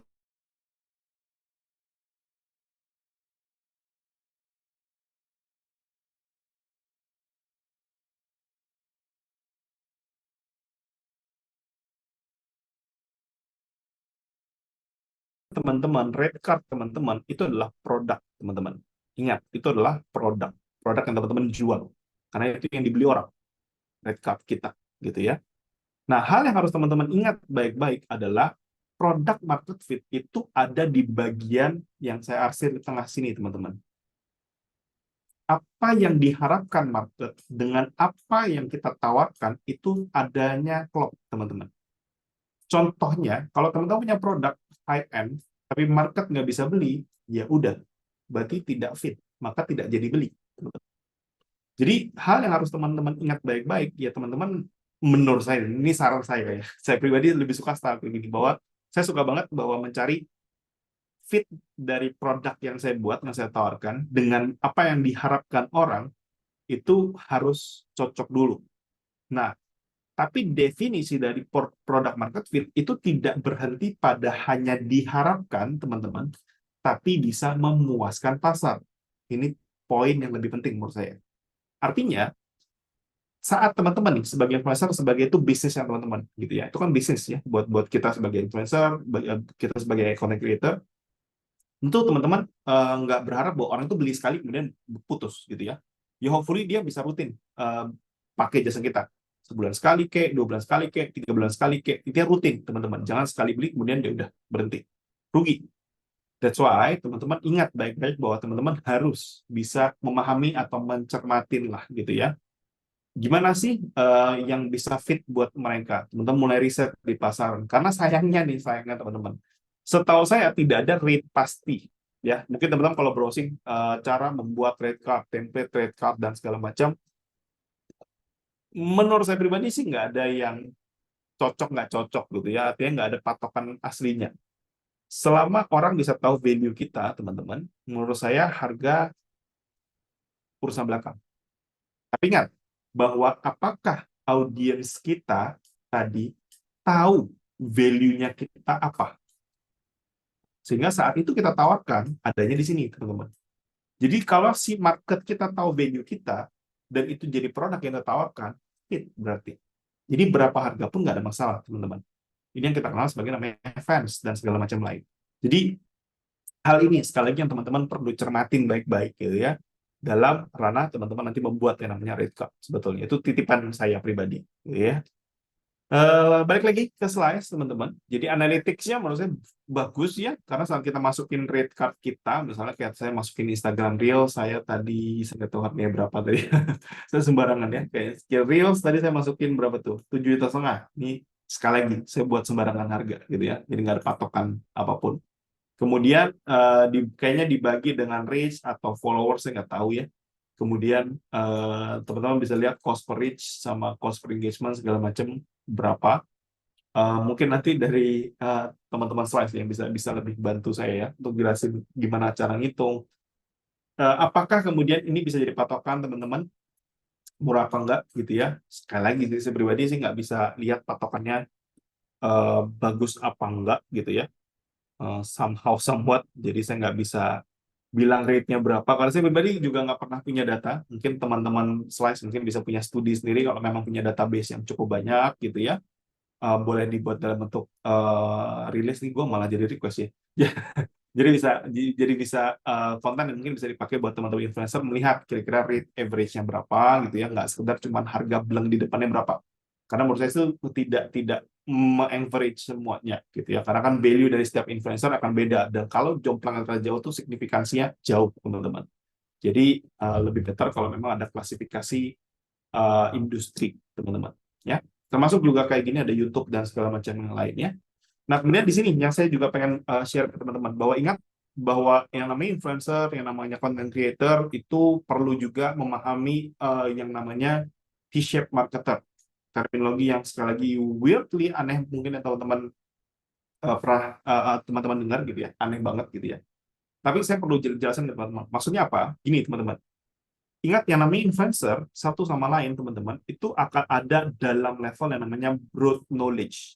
Broad knowledge itu apa misal saat saya bicara tentang review produk review baju review jaket review fashion review makanan review anything teman-teman review itu maka namanya broad knowledge teman-teman semua orang bisa review semua orang bisa pakai semua orang bisa cerita semua orang bisa ngomong segala macam oke tapi itu tidak mendetermine keahlian teman-teman tidak specialize itu yang harus teman-teman harus dalam tanda petik ingat baik-baik gitu ya bahwa jangan bermain horizontal ke samping melebar teman-teman fokus pada depth knowledge teman-teman karena depth knowledge ini yang bisa meningkatkan value teman-teman. Maksudnya apa? Di Indonesia memang saya pribadi agak jarang sekali ketemu ya mereka yang bermain di ranah ini karena saya punya banyak teman juga di Amerika Serikat di US ya teman-teman influencer di sana. Saya banyak diskusi juga. Saya juga ikut grup di komunitas di influencer di luar di US teman-teman. Termasuk kayak digital marketer di sana, saya juga aktif banget di sana, termasuk di dunia teknologi ya. Jadi apa yang saya sadarin di ranah sana, teman-teman, mereka itu sangat depth knowledge. Mereka mungkin kalau ditanya, kamu ngerti nggak industri yang lain? Mereka akan langsung jawab, ya saya nggak terlalu ngerti. Dan dia langsung bilang bahwa kita bukan orang yang tepat, teman-teman. Jadi mereka tuh sangat apa ya? Mereka bilang bahwa kalau urusan fashion, serahin ke gua, kalau urusan makanan, sorry, nggak akan maksimal sama kita. Mending yang lain aja. Kayak gitu, teman-teman. Tapi secara harga, beda jauh ya. Jadi kalau kita bicara tentang specialize, itu beda, teman-teman. Sama halnya dengan influencer, teman-teman. Jadi ada orang yang memang secara value, dia memang pokoknya aku kalau nggak fashion sama beauty skip, ya. Makanan nggak. Misalnya kayak gitu ya. Kemudian ada juga sebaliknya. Aku tuh food doang gitu ya. Atau misalnya aku cuman beauty aja misalnya gitu. Tapi nggak semuanya palu gada gitu, semua di endorse dan segala macam. Nggak salah sih, saya nggak bilang bahwa endorse semuanya salah, salah sih nggak teman-teman. Mencoba tuh bagus gitu ya. Tapi maksud saya teman-teman harus mulai juga belajar untuk namanya me-shape. Karena gini teman-teman, waktu saya banyak memberikan edukasi terutama ya tentang Instagram, saya mulai banyak belajar semua industri. Kemudian secara tidak langsung, ini saya langsung buka rahasia dapur lah ya sama teman-teman. Saya ceritain buat teman-teman bahwa saya itu spesialisasinya karena di banyak industrial, saya sempat juga dalam tanda petik itu diklaim sama teman-teman insurance, perusahaan industri insurance gitu ya, yang kemudian saya ahli di dunia itu, teman-teman.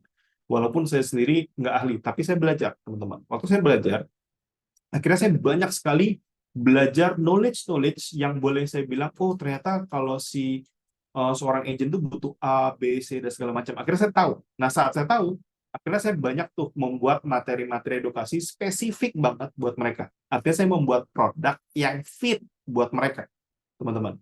Sehingga hal itulah yang saya jual, rate-nya di atas dari rata-rata, teman-teman. Jadi waktu saya jual, mungkin harganya boleh dibilang 2-3 kali lipat daripada harga pada umumnya. Tapi tetap orang beli. Kenapa? Waktu saya bilang bahwa, oh iya saya pernah bantuin perusahaan A, B, C, D. Kesannya adalah, saya tuh knowledge-nya dalam loh di industri ini. Jadi, saya tuh bukan kayak orang baru terjun gitu. Sehingga itu value lebih yang kemudian dibayar sama mereka. Hal-hal kayak gitu, teman-teman. Dan nggak cuma terjadi di industri itu ya, di banyak industri. Termasuk F&B, fashion, gitu ya. Kemudian itu yang saya pakai, teman-teman. Karena produk saya, edukasinya, bukan spesifik di endorsannya, tapi teman-teman pahamin bahwa ini berlaku buat juga dalam ranah ya endorsan dan segala macam lain, gitu ya. Jadi saya nggak tahu, saya tak mungkin tahu bahwa ini hal yang baru sekali buat teman-teman, tapi saya akan sangat-sangat suggest buat teman-teman untuk coba mulai banyak lah ya, mulai banyak kayak apa ya? Kalau bahasa saya itu lebih pada bergumul gitu ya, lebih pada kayak banyak memikirkan lah kira-kira teman-teman mau depth kedalaman tuh di industri yang mana specifically agar teman-teman tuh bisa jadi spesialisasi, punya spesialisasinya gitu. Itu akan sangat-sangat meleverage teman-teman sebagai endorser lah gitu ya. Ya, itu sedikit teman-teman tentang apa yang saya bisa bagiin. Terakhir teman-teman. Ini IR, saya yakin teman-teman juga udah common, teman-teman bisa search banyak gitu ya. Tapi yang saya mau bagiin di session terakhir ini adalah di bagian ini, teman-teman. Ada yang saya suka banget pakai selain dari engagement rate, itu adalah namanya engagement rate per post. Bedanya di sini, teman-teman. Per post. Saya sebut sebagai namanya ERPP, teman-teman. ERPP itu sebenarnya post engagement dengan reach. Basically cuma seperti itu. Jadi bedanya bukan pada engagement keseluruhan, pada reach, tapi pada post, teman-teman. Jadi number of engagement pada post dan post reach-nya. ERPP rumusnya kayak gitu, teman-teman. Jadi apa yang dimaksud dengan ERPP? Contohnya paling real tuh gini, teman-teman. Teman-teman, saya ngambil satu contoh ya. Teman-teman juga tahu ya, pasti Raffi Ahmad. Kalau teman-teman perhatikan, ERPP itu adalah, kalau engagement rate itu adalah keseluruhan akun dibagi dengan followers atau jumlah jangkauannya. Biasanya sih followers, kalau dari tools-tools pada umumnya yang teman-teman bisa akses gratis ya. Tapi kalau ERPP itu berangkat dari masing-masing postingan yang muncul di atas ini, teman-teman. Yang kecil-kecil ini loh. Kalau teman-teman bisa lihat ya. Jadi ERPP itu teman-teman bisa perhatikan. Pola yang terjadi pada akun teman-teman sendiri, itu biasanya akan bisa dilihat sama si brand atau si orang yang akan endorse ke kita, teman-teman. Maksudnya apa? Teman-teman bisa perhatikan di Raffi, konten-konten yang sifatnya komersil seperti ini ya. Yang ini si Rafathar endorse misalnya gitu ya. Dibandingkan dengan kayak gini ya. Dibandingkan dengan yang namanya activity real atau bahkan teman-teman konten-konten yang sifatnya langsung ke, boleh dibilang real story. Nah, kayak gini mungkin kesannya promosi banget si ini ya, Nagitanya, misalnya si Gigi. Kemudian yang sifatnya mana ya? Nah, sifatnya lebih banyak muncul pada family ya. Kalau lihat banyak anak-anak gitu ya, family kayak gini bisa tinggi teman-teman. Nah, berarti engagement rate dari account ini itu kalau melibatkan family keseluruhan as a whole itu menurut aku akan sangat bagus banget dibandingkan dia yang lebih pada ya occasion sifatnya lebih pada activity bisnisnya gitu ya. Itu akan lebih rendah gitu ya secara respon. Nah, hal-hal yang kayak gini yang mungkin teman-teman harus lihat. Kayak gini itu eh, ya boleh saya bilang ya kayak kolaborasi sama ini ya. eh saya juga nggak ngikutin ya. Intinya K-pop idol group gitu ya. Ya pasti banyak fanbase yang fanatik gitu ya. Kemudian engagementnya meledak boom gitu ya. Jadi hal yang saya mau bilang ke teman-teman adalah engagement rate per post itu sangat-sangat membantu sekali buat teman-teman bisa paham nantinya bahwa melihat engagement rate, saya pribadi akan saranin teman-teman untuk cermat untuk melihat pada engagement per postingannya dibandingkan dengan melihat keseluruhan akun teman-teman. Karena keseluruhan akun tidak mewakili.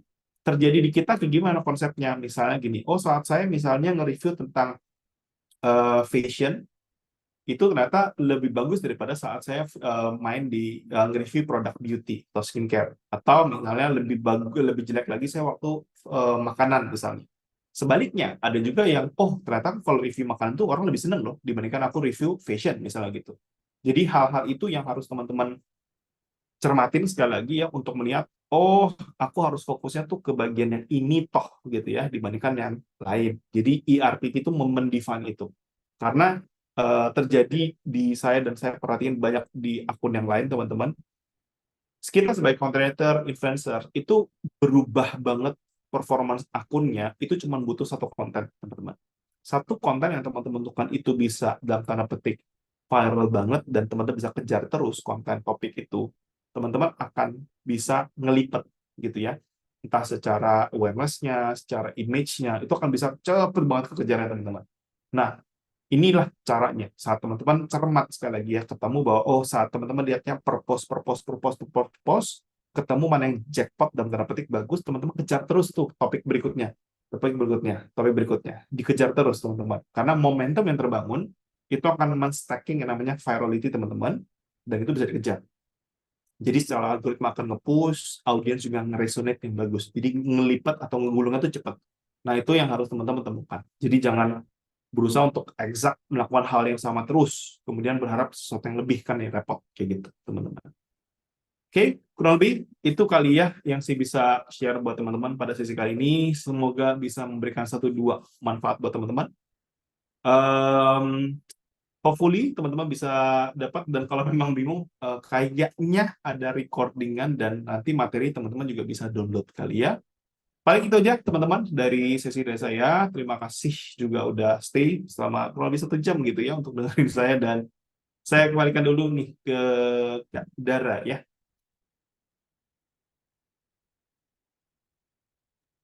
Oke, thank you so much, Kak Niko.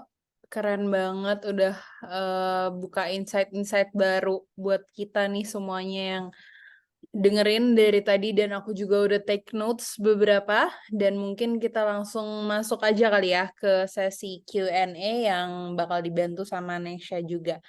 Silakan, Nesa. Hai semuanya. Wah, masih banyak juga yang stay di sini dan kayaknya pertanyaan-pertanyaannya juga banyak banget nih Nick buat Kak Niko sendiri gitu. Nah, aku akan bacain beberapa pertanyaan yang menurut aku tadi mungkin bisa dibedah lebih dalam lagi ya. Kayak misalnya nih, kalau sekarang ini kan banyak banget platformnya, ada TikTok, Instagram, Facebook, YouTube gitu kan. Di slide sendiri kan juga banyak. Jadi kita makanya bikin multi channel buat the analytics kan. Nah, sebenarnya nih ini yang masih agak-agak 50-50, memang nggak tahu jawabannya apa yang paling tepat gitu ya. Menurut Niko sendiri konsepnya itu kalau misalnya kita bikin konten di TikTok, Instagram ataupun YouTube, itu tuh sebenarnya konsepnya bagusan mendingan mirroring aja atau sebenarnya masing-masing media tuh harusnya beda konten atau gimana gitu ya? Gitu. Karena kan pasti masing-masing media beda beda algoritma, beda audiens gitu kan. Nah, jadi any tips and trick gimana baiknya gitu. Oke, jadi kalau jawaban ideal sebetulnya mirroring Yes. itu tidak rekomend, teman-teman. Jadi itu jawaban ideal, gitu ya. Tapi ya semua juga tahu bahwa yang namanya buat konten kalau nggak mirror tuh, ya banyak banget kan konten ya kita jadi apa ya kerjanya ya full banyak banget Banyak. gitu ya. Mm, Quite hard lah gitu ya untuk mau mm, buat kayak gitu. Tapi ideally sekali lagi ya, idealnya saat aku bilang bahwa memang kita harus punya banyak pola. Artinya gini maksudnya, cara yang paling ideal, jadi kita ngomong dari fase starter dulu berarti ya. Jadi kalau teman-teman mungkin masih baru starting gitu ya, baru mulai di semua spektrum. Artinya kalau bicara tentang channel ya tentu nggak cuma di channel. Tadi kalau di aku pribadi itu kita aktif di 7 channel aktif gitu ya. Eh, Tujuh guys, 7. 5 mirror tuh satu kategori ya, 5 satu konten tuh mirror 5, yang duanya tuh sendiri-sendiri teman-teman.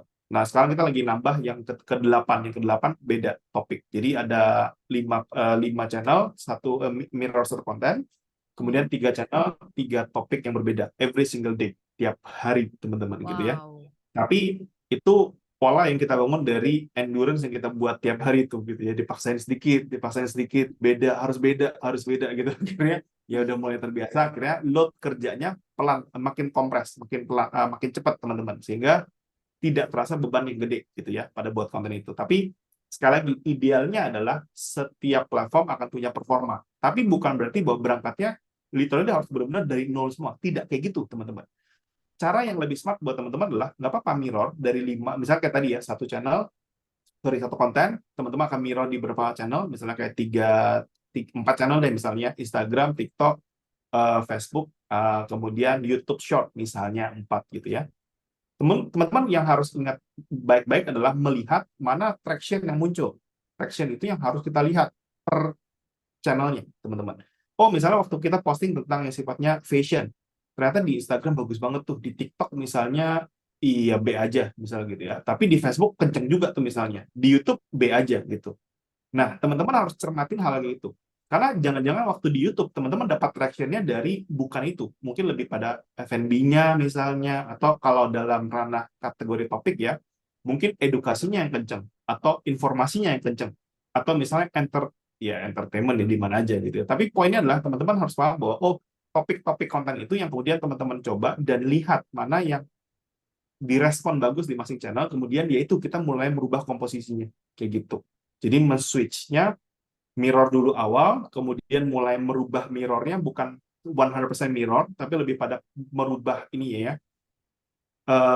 pola distribusi aja. Oh, kalau yang edukasi, aku lebih diperbanyak di Instagramnya, di TikToknya, misalnya di YouTube-nya lebih banyak pada yang sifatnya informasi misalnya, karena itu lebih banyak dicari orang. Jadi struktur kata kunci lebih bagus, misalnya kayak gitu, teman-teman. Jadi peka sama hal-hal itu yang lebih better sih buat dipakai. Tapi sekali lagi ya, idealnya sih beda. Karena apa? Karena tendensi audience atau ekspektasi di setiap platform itu biasanya akan beda saat dia pertama kali in touch dengan brandnya kita. Kayak gitu. Oke, iya, such a great answer sih ya, bagus banget jawabannya. Jadi tetap ya mirroring memang nggak ideal, tapi ya disesuaikan pelan-pelan. Yang penting konsisten dan liatin analytics-nya yang mana yang works and then go that way deeper gitu kan ya. Oke, pertanyaan kedua, ini mungkin dari sisi brand nih. Ini juga bisa dapat insight kan buat content creator. Jadi banyak dari brand itu pengen nanya kalau misalnya memilih influencer atau KOL yang mau di endorse atau diajak kerja sama untuk promosi ya. Itu metrik apa yang harus dilihat dari influencer tersebut tuh? Yang paling penting maybe gitu. Oke, jadi kalau dari brand, aku selalu edukasi buat brand itu untuk sekali lagi cermat juga ya, karena yang namanya influencer sekarang banyak banget gitu ya, Betul. saking banyaknya gitu ya, dan harga bias ya teman-teman, harga bias tuh brand owner juga kebanyakan sekarang juga bingung ya, rate berapa sih yang ideal ya, jadi pertanyaan itu selalu muncul juga ya, even Betul. ke aku.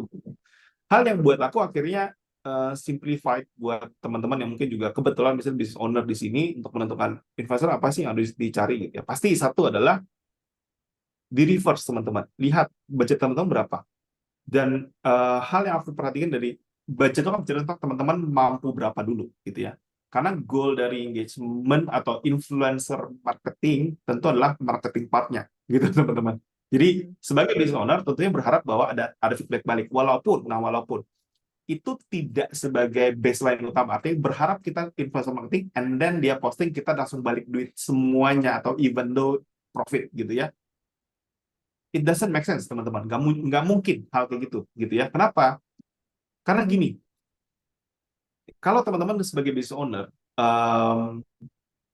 ngendorse ke seorang influencer, entah itu skala apapun gitu ya, kemudian dia bisa profitable banget teman-teman, ya mending dia yang buka bisnisnya gitu ya, ngapain ke teman-teman kan gitu, logically. Artinya ada kewajiban distribusi yang tidak jatuh pada influencer teman-teman. Influencer yang kita jual adalah influencing kontennya, bukan ROI-nya teman-teman. Jadi itu yang selalu aku bilang pada business owner saat kita bicara tentang influencer marketing, teman-teman. Kalau memang ada ROI yang balik, ada orang yang beli dari ke aktivitas itu, followers dia dan segala macam yang lain, buat saya itu bonus, teman-teman. Ya, kenapa? Iya, walaupun nih kalau teman-teman content creator tentu, iya kan ngomong gitu gampang gitu ya kan. Kalau kita ngomong klien juga nggak bisa gitu ya. Selalu brand itu mintanya adalah, iya bisa datangin berapa sales gitu ya. Iya, tapi susah kita ngomong kayak gitu karena iya nggak ada yang bisa tahu gitu ya. Jadi itu susah. Nah, sehingga aku selalu banyak edukasi bahwa ke brand owner, terutama ke bisnis juga, bahwa ya mereka kewajiban dari mendistribusikan itu bukan pada influencernya, tapi pada si bisnisnya, gitu ya. Karena dia bukan yang punya bisnis ya bisnis owner sendiri, sehingga kewajibannya dia. Nah, kemudian apa yang harus dicermatin saat dia milih influencer? Sekali lagi balik ke awal banget tadi ya, satu budget. Budget ini menentukan kalau misalnya budgetnya dia cuma cukup buat satu influencer, saya bilang tidak ideal. Kenapa?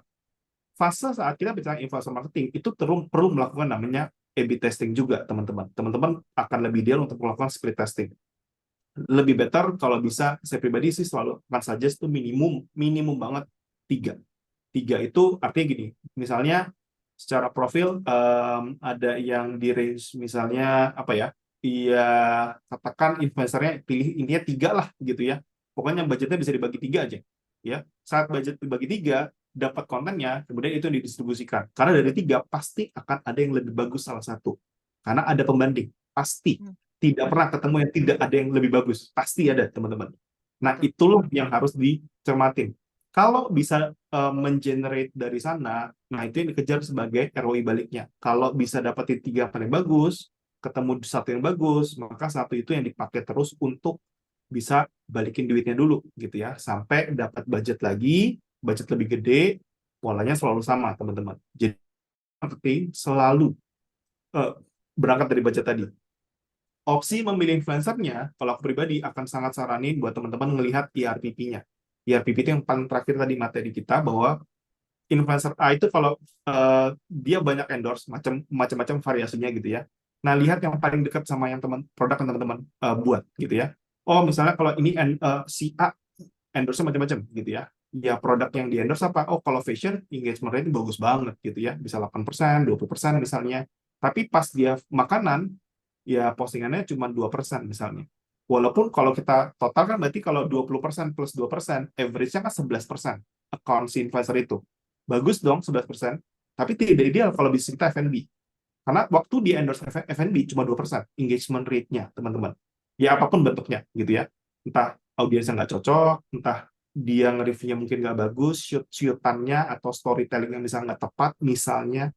Jadi faktornya kan banyak. Yang pasti adalah waktu dia ngelihat atau endorse barang sejenis, itulah yang kita perhatikan. Jadi kalau saya biasanya akan perhatiin cuma 2 indikator itu. Jadi split testing budget, kedua adalah melihat engagement rate per post dari si talentnya, kayak gitu.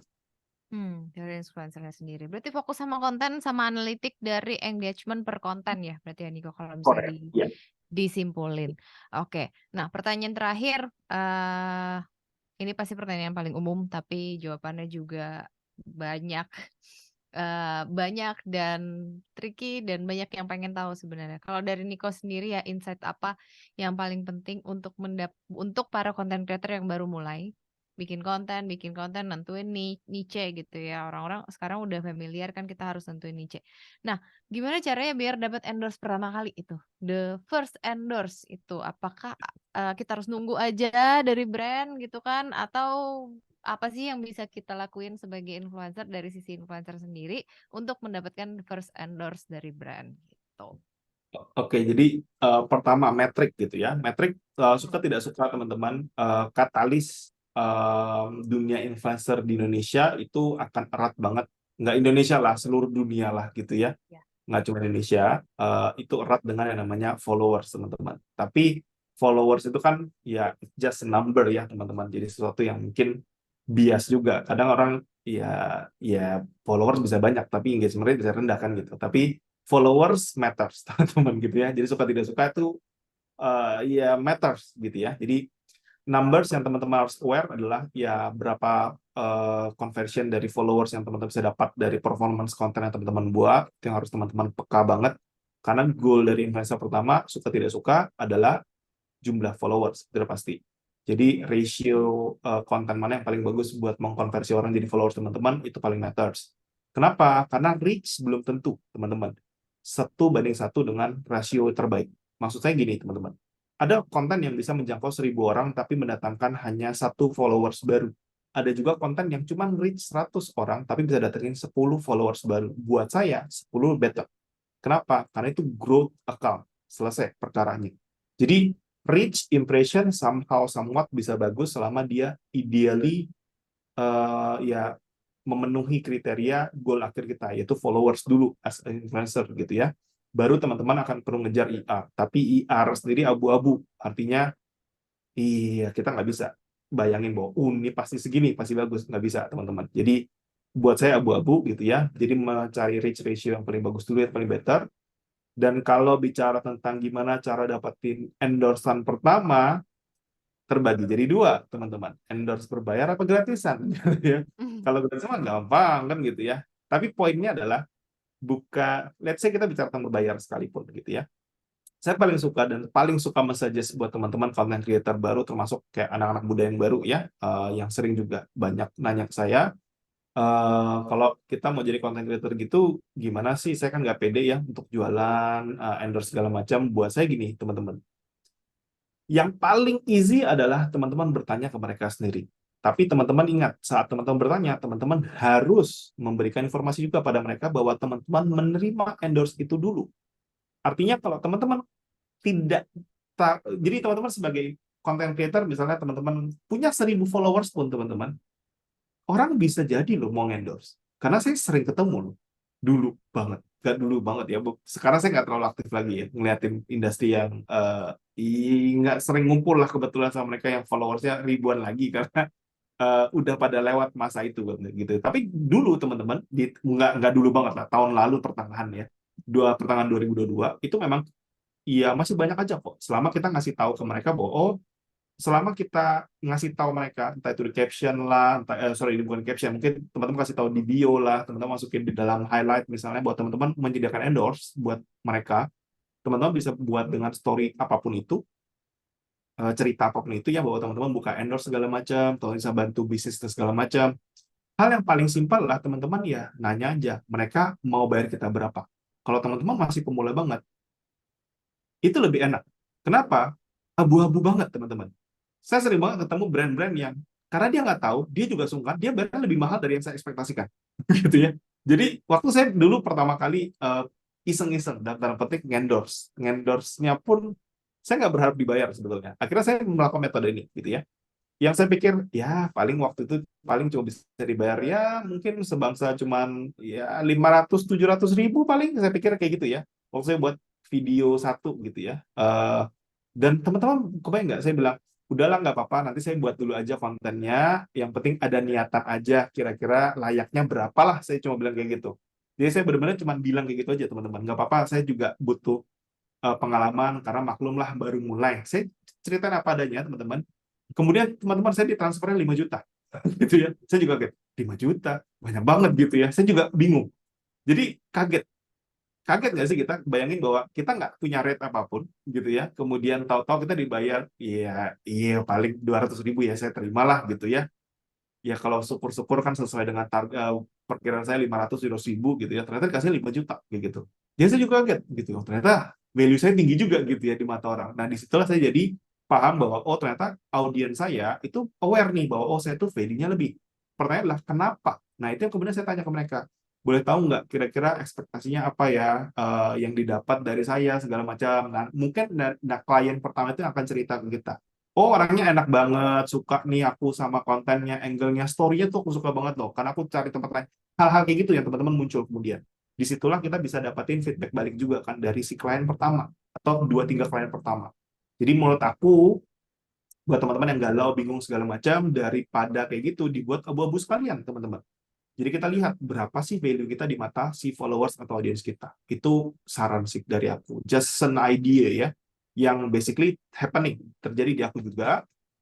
Boleh teman-teman coba pakai juga kalau teman-teman bingung. Kayak gitu sih. Semoga tambah nggak bingung ya, atau buat bingung. Oke, great banget jawabannya. Ya, keep open berarti ya sama any feedback dan juga tanya balik juga nggak ada masalah sih sama kliennya karena kan masih mulai juga mesti banyak bertanya sama mesti punya banyak feedback juga sama di SAS juga masih kayak gitu sih kita me and team masih sangat-sangat suka banget kalau misalnya banyak yang ngasih feedback. Well anyway, thank you so much Nico, kita nggak berlama-lama lagi keep you here karena udah lewat juga dari 1 jam.